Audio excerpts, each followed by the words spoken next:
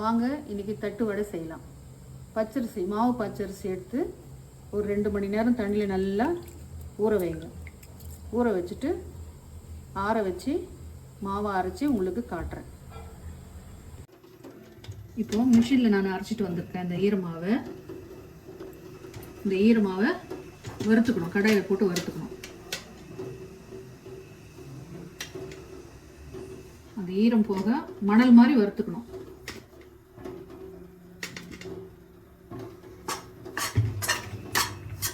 வறுத்து முடிச்சப்புறம் உங்களுக்கு காமிக்கிறேன்.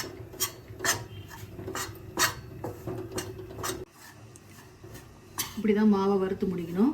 ஒரு 5லேருந்து ஒரு 8 நிமிஷம் 9 நிமிஷம் ஆகும். இந்த மாதிரி மாவு வறுக்கிறதுக்கு ஈஸியாக இருக்கணும்.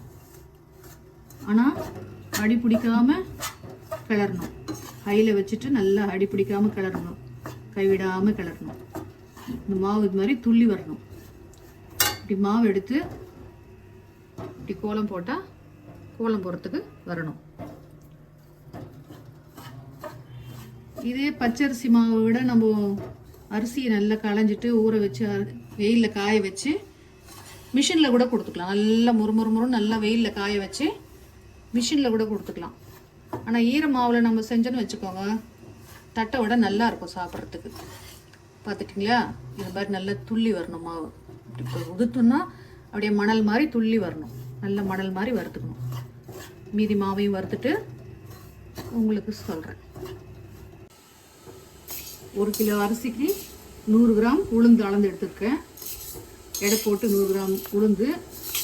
இதை ரொம்ப கருகிடாமல் சிகப்பாகாமல் லேசாக வறுத்து வச்சுக்கோங்க. இது நான் உங்களுக்கு வறுத்து காமிக்கிறேன். வறுத்து எந்த அளவுக்கு வறுக்கிறோன்றதை காமிக்கிறேன். இந்த அளவுக்கு வறுத்தா போதும். ரொம்ப வறுத்துட்டோம்னா செகந்து போயிடும். சிம்மில் வச்சு மீடியமில் வச்சு இந்த மாதிரி வறுத்துக்கோங்க. ஆறினப்புறம் உங்களுக்கு பொடிச்சு காட்டுறேன். இது வறுத்து ஆற வச்ச மாவு.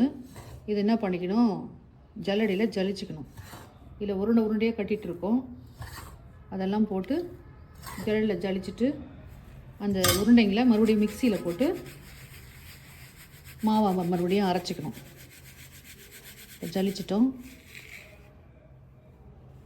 இதை மிக்சியில் போட்டு மறுபடியும் மாவை அரைச்சிக்கணும். இது ஆற வச்ச மாவு. இது வறுத்து நல்லா ஆறிடுச்சு மாவு. இதை வறுத்து ஆற வச்ச மாவு. இது ஜலிச்சு எடுத்துக்கலாம். அப்புறமா உளுத்தம் பருப்பையும் மிக்சியில் போட்டு பொடி பண்ணி காட்டுறேன் உங்களுக்கு. உளுந்தும் அரைச்சிட்டு வந்துட்டேன். மிக்சியில் போட்டு நல்லா நைஸாக அரைக்கணும். அதையும் ஜலிச்சுக்கணும். ஜலிச்சுட்டு மறுபடியும் ரவை இருந்தால் மறுபடியும் மிக்சியில் போட்டு மறுபடியும் மாவு அரைச்சிக்கலாம். கொஞ்சம் ரவையாக இருக்குது. மறுபடியும் இதை நைஸாக மிக்சியில் போட்டு பொடிச்சிக்கிறேன். இது வறுத்து அரைச்ச அரிசி மாவு ஜலிச்சு வச்சுருக்கேன். உளுத்த மாவும் வறுத்து அரைச்சி ஜலிச்சு வச்சுருக்கேன். இதையும் ஜலிச்சு வைக்கிறேன். அப்புறமா எப்படி செய்யறதுன்னு பார்க்கலாம். ஒரு பிடி கடலைப்பருப்பு, ஒரு பிடி உளுத்தம் பருப்பு. இது செய்யறதுக்கு முன்னாடி, ஓட்ட வடை செய்யறதுக்கு முன்னாடி 1 மணி நேரத்துக்கு முன்னாடி ஊற வைங்க. ரொம்ப நேரம் ஊறக்கூடாது. செய்யறதுக்கு முன்னாடி 1 மணி நேரம் முன்னாடி ஊறினா போதும். ஒரு பிடி கடலைப்பருப்பு, ஒரு பிடி உளுத்தம் பருப்பு. இதை கழுவி ஊற வச்சுக்கலாம். இது தட்டை வடை செய்யறதுக்கு முன்னாடி ஊற வச்சுக்கலாம். பூண்டு ஒரு 5 வரமிளகாய் எடுத்து நைஸாக அரைச்சிக்கலாம். தேவையான அளவு உப்பு போட்டுக்கலாம். கொஞ்சமாக போட்டு கூட அதுக்கப்புறம் மறுபடியும் டேஸ்ட் பார்த்துட்டு போட்டுக்கலாம். இது உளுந்த மாவும் அரிசி மாவும் சேர்ந்த கலவை நல்லா கலந்து வச்சுக்கோங்க. அதுக்குள்ளேயும் கடாயில் எண்ணெய் வச்சுருக்கேன். கடாயில் ஒரு 1.5 கரண்டி எண்ணெய் வச்சுருக்கேன். 1.5 கரண்டி, அதான் ஒரு 100 ml இருக்கலாம். இது நல்லா சூடாக காய்ச்சி அதில் ஊற்றிடலாம்.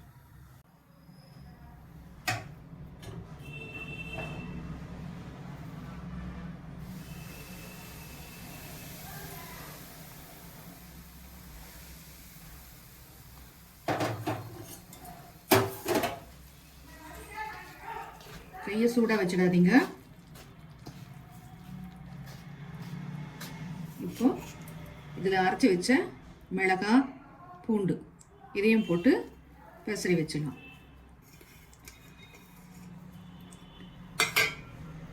இதில் 1 ஸ்பூன் நிறைய பெருங்காயம் ஊற வச்சு வச்சுருக்கேன். அதையும் இதில் கலந்துடலாம். பாதி பெருங்காயத்தூள் இதில் கொட்டிட்டேன். பாதி மாவு எடுத்து தனியாக எடுத்து வச்சுருக்கேன். ஒரே டைமில் பிசைஞ்சிட்டோம்னா தட்டு வடை கருத்து போயிடும். இப்போது ஊற வச்சு 1.5 மணி நேரம் ஊற வச்சுருக்கேன். இதை உளுத்தம்பருப்பையும் கடலைப்பருப்பையும் ஊற வச்சுருக்கேன். இதில் பாதி எடுத்து இதில் கலந்துக்கலாம். கலந்துக்கிட்டு மாவு பிசையலாம். நல்லா மிக்ஸ் பண்ணி தண்ணி ஊற்றி பிசையலாம். பச்சரிசி மாவு நாமளே செஞ்சால் ஈர மாவில் செஞ்சால் கொஞ்சம் ப்ரிப்பேர் பண்ணுறது கஷ்டம்தான். ஆனால் டேஸ்ட் ரொம்ப நல்லாயிருக்கும். மிஷினில் கொடுத்து அரைச்சா கொஞ்சம் செவந்து போயிடும். ஒரு டைம் சரியாக வராது. அரிசி நல்லா இல்லைன்னா ஒரு டைம் சரியாக நல்லா வராது. இப்போ தண்ணி ஊற்றி பிசைஞ்சிக்கலாம். ஒரு பாகம் மாவு பிரித்து இது மாதிரி நல்லா டைட்டாக பிசைஞ்சுக்கோங்க. டைட்டாக பிசைஞ்சு உப்பு பார்த்துக்கோங்க. அப்புறமா சின்ன சின்ன உருண்டைங்களா மொத்தத்தையும் பிடிச்சி வச்சுக்கோங்க. தட்ட ஆரம்பிச்சிட்ட அப்புறம் உருண்டை பிடிக்க முடியாது. அதனால் ஒரே சைஸாக இந்த மாதிரி உருண்டைங்களாம் சின்ன சின்ன உருண்டைங்களா உருட்டி வச்சுக்கிறோம். உருண்டைகளை பிடிச்சி வச்சுட்டேன். ஈரத்துணி போட்டு மூடி வச்சுருக்கேன். ஏன்னா மாவு காஞ்சி போயிடும். அதனால் ஈரத்துணி போட்டு மூடி வச்சுருக்கேன். இந்த மாதிரி ஒரு பிளாஸ்டிக் பேப்பர் எடுத்துக்கோங்க. இது மாதிரி ஒரு பிளாஸ்டிக் பேப்பர் எடுத்துக்கோங்க. பூரி ப்ரெஸ் எடுத்துக்கோங்க. கொஞ்சம் கிணத்துல எண்ணெய் எடுத்துக்கோங்க. இந்த எண்ணெயை மேலேயும் கீழே நல்லா தடவிடுங்க. தடவிட்டு இந்த பிளாஸ்டிக் பேப்பரை இப்படி வச்சுடுங்க. இந்த பிளாஸ்டிக் பேப்பர் இப்படி வச்சுட்டு ஒரு உருண்டையை வச்சுட்டு கொஞ்சம் லைட்டாக இது பண்ணிவிட்டு லைட்டாக ப்ரெஸ் பண்ணுங்கள். போதும், ரொம்ப ப்ரெஸ் பண்ணிடாதீங்க. லைட்டாக ப்ரெஸ் பண்ணுங்கள். நம்ம கையை போட்டு தட்ட வேண்டிய அவசியமே இருக்காது. ப்ரெஸ் பண்ணுங்கள். லைட்டாக தான் ப்ரெஸ் பண்ணணும். ரொம்ப ப்ரெஸ் பண்ணிட்டோம்னா ரொம்ப மெலிஸ் ஆகிடும். பாருங்க, லைட்டாக தான் ப்ரெஸ் பண்ணேன். ஆனாலும் ரொம்ப மெலிஸ் ஆகிப்போச்சு. இது மாதிரி ஒரு ஈரத்துணி போட்டுக்கோங்க.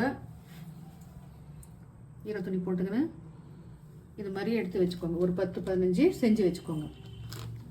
செஞ்சு வச்சுட்டு உங்களுக்கு காமிக்கிறேன். ப்ரெஸ் பண்ணி போட்டதெல்லாம் எடுத்து எண்ணெயில் போடலாம். எண்ணெயில் போடும்போது பத்திரமா போடுங்க.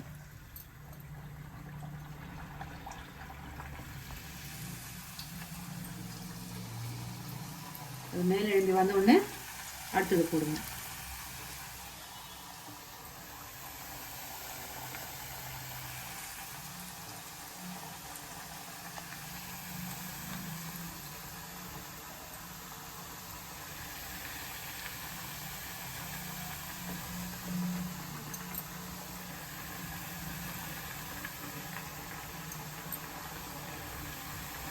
போதும்னு நினைக்கிறேன்.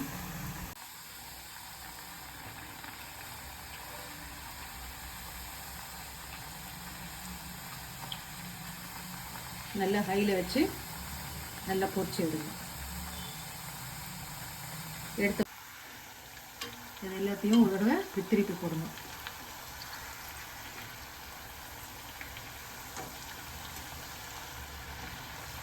திருப்பி போட்டு ஒரு 2-3 நிமிஷம் நுர அடங்குற வரைக்கும் எண்ணெயில் போடுங்க. நுர அடங்கிடுச்சு, எடுத்துடலாம்.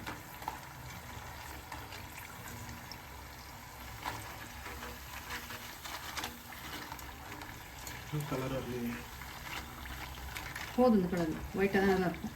மிளகா கம்மியாக போட்டிருக்கேன் இல்லையா, அதனால் வெள்ளையாக தான் இருக்கும்.